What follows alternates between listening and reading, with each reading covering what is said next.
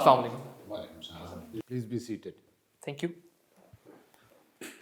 Okay, Mr. Bilal Zubair, how are you, beta? Sir, I'm good. Thank you very much. Comfortable? Yes. Good. I have gone through your CV form. You have listed cricket and football as your favorite sports, and you have also remained captain of your college cricket team. Yes, Correct? sir. Yes, sir. School's cricket team. School, I stand corrected. Right, sir. May I ask you a couple of questions regarding cricket or both of these sports? Sure, sir. All right. I'll limit myself to cricket only. Beta, can you tell me who was Gary Packer and what was his contribution towards cricket? Sir, I think he was an Australian player, but I'm not sure about his contributions. Australian player. I think, but I'm not sure about it. So I'm not really sure about his contributions towards cricket too. तो बेटे फिर cricket तो आपका favourite नहीं हो सकता sport. आज जो आप T20 देखते हो वन डे स्पेशली, उसमें जो चेंजेस हैं, coloured uniform, white balls, lightings, 9 cameras लगे हुए हैं उनको रिकॉर्ड करने के लिए, वो सारी उसकी कंट्रीब्यूशन है. डे नाइट क्रिकेट उसकी कंट्रीब्यूशन है. He was not an Australian player, he was the owner of A TV channel. वो लंबी हिस्ट्री है, but we won't go into that. I expected you to know the answer to this, but probably that was before your time. ये Right, sir. पुरानी बात है. Okay, another question on cricket. There are 5 bowlers in the world who have never ever bowled a no ball throughout their career. वो कौन है? उनमें से 3 के नाम बता दो. Sir, I'm not sure about this either. एक पाकिस्तानी है. चलो मैं इतना ब्रॉड हिंट आपको देता हूँ. So if Who you is that Pakistani? if you allow me to guess, sir, he might be Imran Khan, maybe. Okay, you're correct, but बेटे guess work से बात नहीं बनती है. 4 others, आपको नाम उनके कम ना कम 2-3 के तो आने चाहिए ना. Anyway, Kite Runner, one of your 2 favorite books. I have read the book, I have seen the movie also. What is the message that the writer is trying to convey in this book? So the main message and the theme which I got from the book was that the writer basically at one particular point he gets one thing dawns upon him that when he's in the hospital, if you've read the book you might be familiar with the scene when he's in the hospital, his father is dying and his father is basically an antagonist basically, and he thinks that this is one place where I believe that the poor find their own God. So his belief in God is basically reinforced at that particular point. I think that is one of the major. What is the message? The message is that there is some upper force who is basically catering for the people who are poor as well, and we need to be believing in that too. All right. Are there any countries in the world that do not recognize Pakistan? If so, please name them. So I think Israel is one of them because we have not recognized them and they have not recognized us too. और भी है कोई? I'm not sure about them, sir. All right, better tell me, why is Pakistan reluctant to recognize Israel? Shouldn't we accord recognition to this important country in the world, especially when our Middle Eastern friends have started doing so? So basically, one thing is that we also got our two nation theory principle, due to which our country was basically partition from India, is basically in conflict with Israel's occupation too. So our raison d'etre basically is that the Israel is basically an occupying force on Palestinians. So if that solution is not, you can say, solved properly, we will not be recognizing them. Second thing is that Israel is definitely an important country, but you know that Israel is not the only country as well. There is an argument that we need to be building coalitions with Israel. We can build trading partnerships with Israel as well. But there are countries like India and China. We already have good relations with China, and we can have good relations with India too, which is right. You know, our neighbor. So instead of building coalitions with Israel and all that, but why we not? do recognize India, don't we? We We do, are yes. talking about recognizing Israel. Anyway, beta, there is a lot of talk and discussion going on in the country about according Gilgit-Baltistan the status of a province. There is also talk that people say that some elements say that if we do that, Pakistan will be it will impact Pakistan's stand on Kashmir. What are your comments on that? Sir, there are two aspects to that, and definitely one of them is that India and international community accord Gilgit-Baltistan a part of Kashmir. And if we make Gilgit-Baltistan, Don't you think it's part of Kashmir? it is, sir. It is, but due to basically Gilgit-Baltistan is basically considered wants to have become a fifth province of Pakistan, and if we accept it as a province, that means we will be accepting the de facto arrangement as Azad Kashmir and Gilgit-Baltistan as our part and Indian occupied as their part as well. So that is one of the reasons why we're not according the status of a province to GB. Second thing is that this particular issue of Kashmir is supposed to be resolved through a plebiscite. Now that plebiscite is yet to be taken, and Pakistan believes that if Gilgit-Baltistan is accorded the status of province, those 1.2 million votes will be lost, as they will be considered as Pakistani citizens, and they will not be able to take part in that plebiscite. Good. Okay, last question from my side. Pakistan is suffering from scarcity of water, acute scarcity of water. What measures would you suggest to overcome this scarcity of water, apart from building of dams? वो तो obvious है ना, dams बना लो जी. Absolutely. उसके अलावा what measures would you suggest to overcome this scarcity? So basically, I would discuss this in 3 points. There is a multi-pronged strategy which needs to be dealt to deal with this issue. One thing is the awareness program. We are wasting a lot of water. People need to understand the importance of this particular issue, that water is very scarce, and we are now. Okay, that's one. That's Again, one. Yes. Second one is that we need to be shifting our methods of agriculture as well. Currently, world is shifting towards drip irrigation and modern techniques of agriculture, which use very less water as compared to the. Can you use drip irrigation for growing rice? So no, that is one particular crop. Obviously, that needs flood, other water, but there are other crops too which can be used through drip irrigation and sprinkle systems. Sprinkler, shabash. Yes, sir. Or And third thing is, sir, our basically in dyeing industries and textile industries, they are consuming a lot of our water too, and there are now modern techniques which require far less water to dye the exact amount of, you can say, cloth or to manufacture the textile products as well. So we need to convince our textile industries as well to shift to the modern methods of manufacturing processes, which will use very less water as compared to the current. what do you think about lining of our canals? Yes, Seepage बहुत होती है. bilkul, sir. Okay, thank you very much. Over to you, sir. I was just going through your performer and last column, that is 21.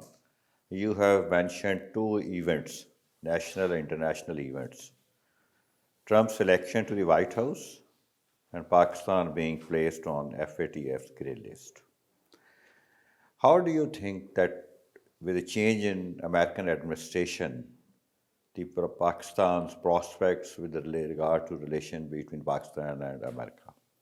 So basically, with Trump's, you can say, advent at the White House, all of a sudden things are starting to change, and you can say Trump is taking a very strong approach and cutting off all the, you can say, ties which Obama had made. For example, in the nuclear deal with Iran, Trump has decided to sever that as well. Trump has decided to come out of the Paris climate deal too. So this is going to have. My question is with regard to Pakistan. Right, sir.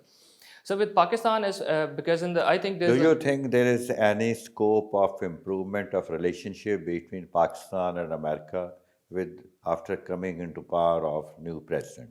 I think yes, definitely, sir. Whenever there is a new administration, there is always a chance to start from the start. Previously, we know that India has been accorded the status of the most favored nation as well, and American think tank is basically propping up India to contain China as well. Now there is a new administration in the White House, and but we need to be very strong diplomatically, and we need to lobby very strongly as well, and put the case in a very clear and a lucid way. Don't you think Democrats have been historically opposed to Pakistan? Sir, I think there has been a mixture of, you can say, strategies by both Democrats and the Republicans. But as I mentioned before, whenever there is a new administration and when they have a specific manifesto as well. So Indian lobby is very strong and they are able to portray their ideas very articulately and very properly. Suppose you are assigned the job in foreign ministry and as a representative of Pakistan, how would you defend the interest of Pakistan? Rather advocate and defend interest of Pakistan. Speak for 2 minutes on this issue.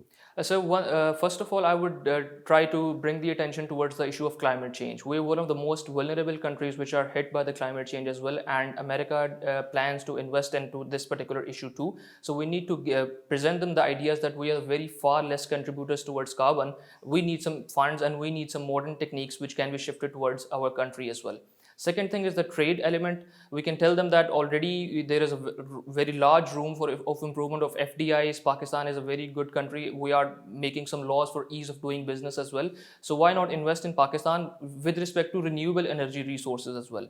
Third thing is the Afghanistan issue as well. We can tell America that we can be basically very much helpful for you as far as you plan to withdraw the forces from America, and you cannot do that without our help. And we can provide you with proper intelligence and with the influence on Taliban The too. current government has provided certain incentives to industrial sectors to boost exports. Are you aware of that package? Sir, I'm not really exactly sure about the exact package, but I believe, if you allow me to guess, it's regarding the resumption, regarding relaxation in taxes, perhaps, and some other measures. But there are various measures. Right, sir. Okay. Then tell me something about the corruption which is rampant in Pakistan, and government is clamoring to eradicate that. What do you think? How or what measures can we take to eradicate or to minimize this menace? So to eradicate this corruption and to minimize it, either we need to be strengthening the institutions. The institution that there need to be certain mechanisms which need to be installed, and we can. Which mechanism? Yes, sir. That is my question. Right, sir. I would actually like to benchmark certain things from the private sector too. They have actually very strong laws and they have very strong principles, and you can say. Be specific. Right, sir. For example, they have the whistleblowing laws. That is very much clear. The person who is actually, you can say, pointing out to some malpractices in the system, he is he is given the immunity and given some incentives. Don't you think that technology introduction and more use of technology will reduce it? Yes, sir. That was going to be the second point, the e-governance mechanisms. That will be very much important when all the transactions and all these things will be given online. The access will be given online, and everyone would be able to check them as well, even common people. The accountability mechanisms will be strengthened itself. Okay, thank you. Mr. Bilal Zubair, Yes, sir. you are an engineer, such a high qualification you already have, and still you want to join civil service. What's the reason? Why do you want to change the profession altogether? So there are basically two main reasons for that. One thing is that civil service ultimately provides you very much empowered. You are actually empowered to serve the people in the true sense. But in engineering sector, yes, you do get very good jobs as well, and I've worked in two multinational companies too. But your scope is quite limited. Here, you can say scope of work and the ability to provide relief and service to the people is very vast. If I say that the scope in civil service is limited and you have a wide scope as far as private sector is concerned, what do you say about that? So I would rather disagree with that, because when you are appointed, let's say for example, as an assistant commissioner, you have multiple ways in which you can directly relate to the people, and you are linked with the people directly and their problems. Whereas while you are working as an engineer, yes, you are producing certain things and you are adding value to certain instances, but again, you're working at a very, you can say, particular and a very specific industry. And one more thing which I would like to add to this is that on your personal level as well, the capacity building ability in civil service is quite large. On daily basis, you are facing dynamic and different kind of challenges, and that is ultimately adding to your own personality too. And I think this is why one of the reasons. And third thing is job stability. Job stability is a very important, you can say, element on my personal level too. And civil services provides you with that. In private sector, it is rather unstable. You come from Lahore, I believe. Yes, sir. Can you tell us what are the biggest problems of big cities of Pakistan, and do you have any suggestions and recommendations to eradicate those problems? So first biggest problem which I see is urbanization, because all the bigger cities have the maximum, you can say, facilities, and that attracts the people from other areas too. And that is why they are rapidly moving towards the bigger cities, and Lahore is one example too, and that is why it is expanding more and more. This is ultimately going to result in governance issues and you can say space issues too. So that this needs to be addressed, and this can be addressed in a way that. Can you identify the problems? Yes, sir. One by one? Right, sir. So in my opinion, there are three big problems. First is urbanization. Second is the water issues. And third, if you talk about Lahore, the smog issue, and that is related to the climate as well. If we talk about urbanization, we need to be providing facilities to other cities as well so that urbanization is curbed. And second element is that population is very much expanding too, and we need to raise awareness campaigns how to stop population Now, explosion. similar problems are seen even in rural areas also. Then how do you associate these problems only to urban area like Lahore? Because population is definitely an issue which is most likely more in rural areas as compared to urban areas. But the major toll because of this hefty population, is coming towards the urban areas because of the urbanization. Most people move and migrate towards the urban areas because of the lack of facilities in the rural areas. Okay, what is third law of Newton? So action and reaction are equal in magnitude but opposite in direction. Can you relate it to something in practical life? I'm not exactly sure. Are you talking about some social issues or No, scientific. So it is, you can say, seen everywhere. For example, rocket propulsion. Every particular phenomena is moving towards that. If we actually bounce the ball towards the wall, it comes back due to that particular reaction as well. Yes, some energy losses are, you can say, there. For example, friction. For example, due to some air friction as well, and the contact with the, you can say, wall. But it is always there, you can say, because everything is. For example, this particular table is placed on the, you can say, on the floor. A reaction force is there from the floor as well, and one particular force is applied by the table on the floor. Okay, Mr. Bilal, analyze the relations of Pakistan with its neighbors like Iran, Afghanistan, India, and China. So relations with China have always been really good, and they've got another boost because of the projects like CPEC and the other projects. And I believe they're going to be reinforced as well in the future as well because of the future nexus between America and India, which basically America is trying to prop India against China as well. So China understands the importance of Pakistan, and Pakistan understands the importance of China as well. As far as India and Afghanistan are concerned, sir, relationships with both these countries have not been really good. With India, Kashmir has been one of the major bone of contentions, and that particular issue needs to be resolved if the relations between these two countries are to be improved. With Afghanistan, there has been the issues of Taliban is there, the issues of terrorism is there, and there has been very, you can say, contradictions between both the countries, but the relations have not been good. With Iran, I think the strategy of Pakistan has mostly been seen with the lens of USA as well. When USA has imposed sanctions on Iran, we have halted all the trade with Iran as well, which includes the gas pipeline projects too.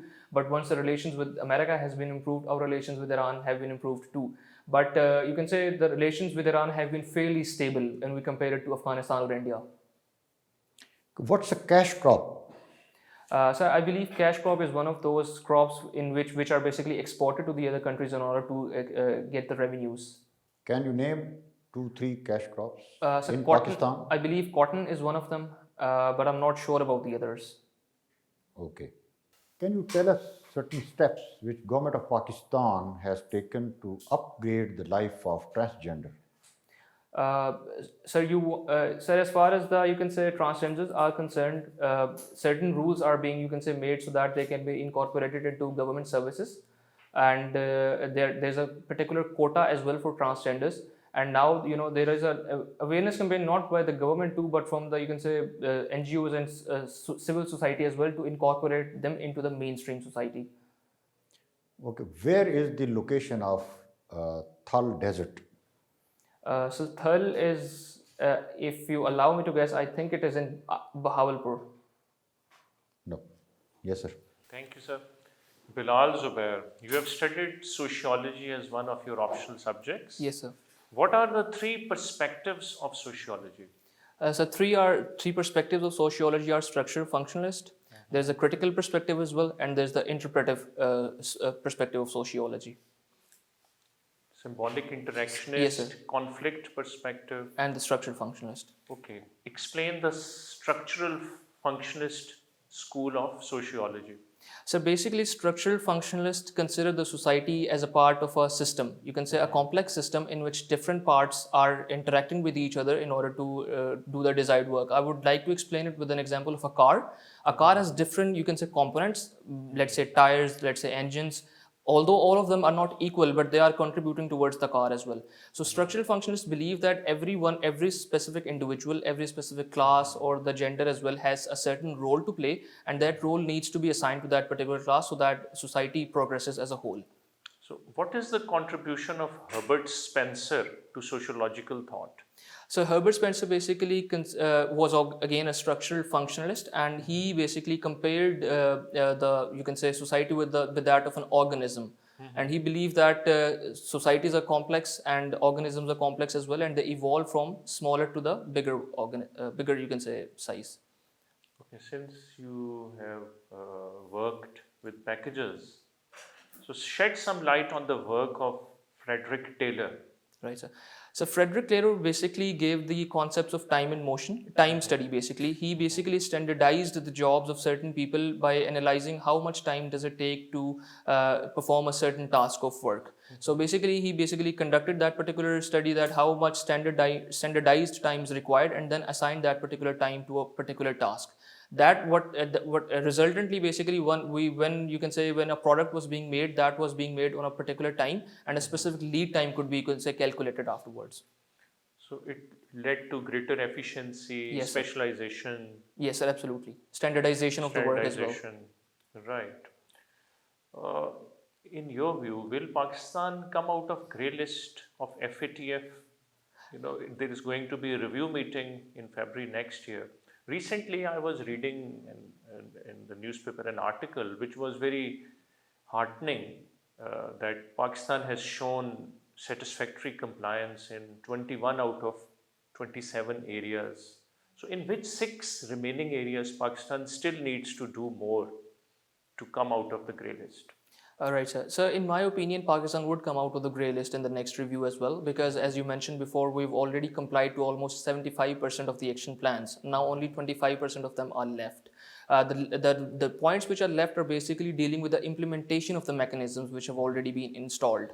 Initially, we were told that we need to strengthen our laws so that we can combat anti-money laundering, we can combat financing of terrorism as well. We've done that, and now they want us to prosecute the certain people who fall into these laws as well. So we are basically falling behind as far as our implementation is concerned. Now in February as well, basically we are being told that there is going to be another review as well, and the president of FATF, Marcus Player, has already praised Pakistan's contribution towards that too. And now Pakistan needs to be diplomatically, sending its message very clearly that we have, you can say, complied to most of the action plans. Implementation is definitely weak, but there are some local dynamics too. So if you think that our implementation mechanisms are weak, either grant us some interim period if you're not permanently taking us out of the grey list, so that we can comply to these mechanisms, but our economy needs to be strengthened in that way. Bilal Zubair, in case Pakistan remains on the grey list, what would be the negative implications? So first thing is your international image. We claim that our issue of Kashmir is there. India is, you can say, having abusive human rights there, abusing the human rights there as well. So if India claims that Pakistan is perpetrating terrorism too, so that reinforces their own claim as well, that we are the country who are financing the terrorism. So that hurts us diplomatically internationally. Second thing is, sir, investors coming into Pakistan as well, they'll be, you can say, very much reluctant to invest into Pakistan as well, because there will be certain checks and balances which will be because of the fact that we're on the grey list will be imposed in Pakistan. So investors always like to invest in those places where there is an ease of doing business as well. So that will hurt us economically too. And there will be obviously more checks and balances on our banking systems too. So ultimately that will... So investment hates uncertainty. Yes, sir, absolutely. Okay. 2 countries have been taken out of grey list. Could you name those 2 countries? Sir, I believe it was Iceland. One of them was Finland, but I'm not sure about the other one. Iceland and Mongolia. Last question from my side. What are some of the steps taken by the government for women emancipation in administrative terms as well as in legislative terms?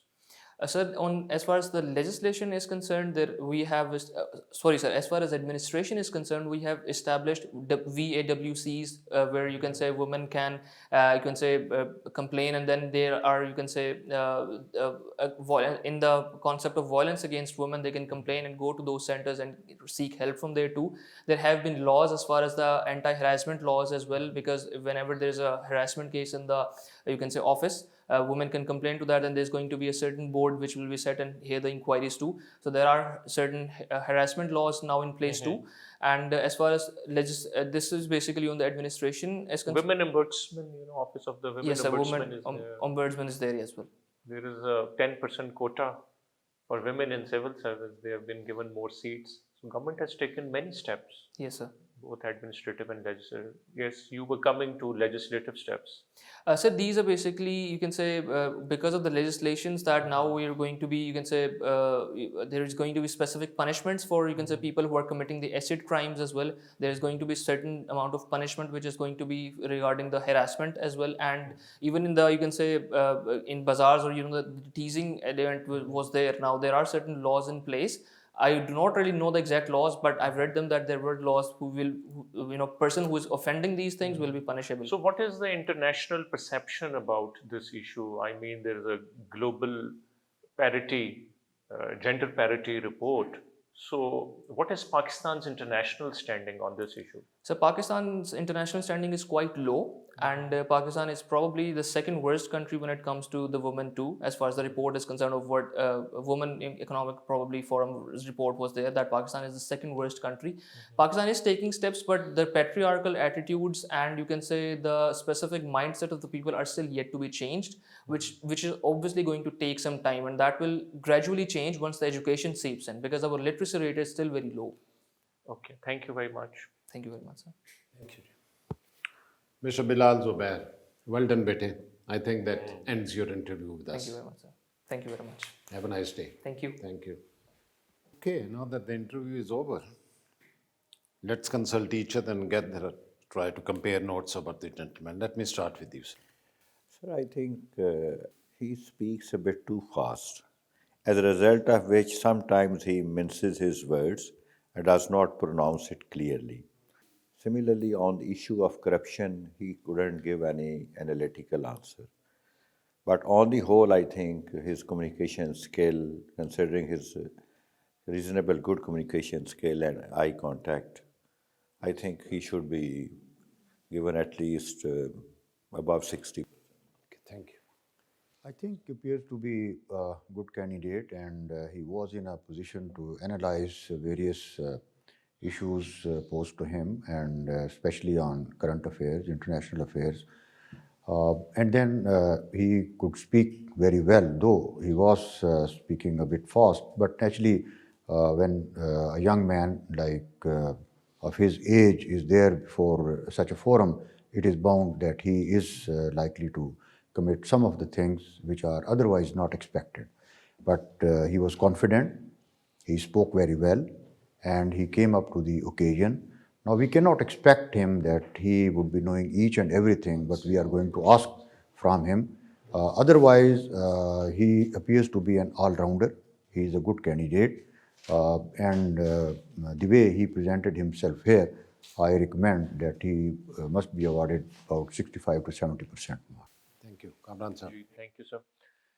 Sir, I would like to support the viewpoint presented by my worthy colleague. He was confident, decent, mature. His hand movements were quite restrained, good eye contact, good posture. He exhibited a reasonably good knowledge base and a rational bent of mind, a critical understanding of issues. He was articulate, his content was good, delivery style was good. He was mentally robust, emotionally stable, quick on the uptake, handled pressure quite well, clear-headed and focused. I think he deserves close to 70% marks, between 65 and 70%. Well, I agree with most of what you have said. I found him to be very well composed, confident. Body language, as you pointed out, eye contact, hand movement, they were all very impressive. And on a number of issues, he was able to engage the panel well. GB पे उसने बड़ा convincing अच्छा जवाब दिया. He spoke well overall. And he spoke a bit too fast. I don't like that. In a candidate, जो आपने point out किया, he was mincing words, पूरा sentence पूरी तरह सही तरह complete नहीं करता था, अगले sentence पे आ जाता था. ये advice मैं ladies को हर दफ़ा करता हूँ, because they tend to speak too fast. कि तहम्मुल से आराम से गुफ्तगू करें engage the panel so that you get through to the panel. ये चीज़ें उसमें ऑब्जर्व मैंने की, ये चीज़ें मैंने उसमें देखी. Otherwise I will agree with all three of you के he was 70, around 70 type of a candidate, and I did fairly well. We wish him well. Thank you.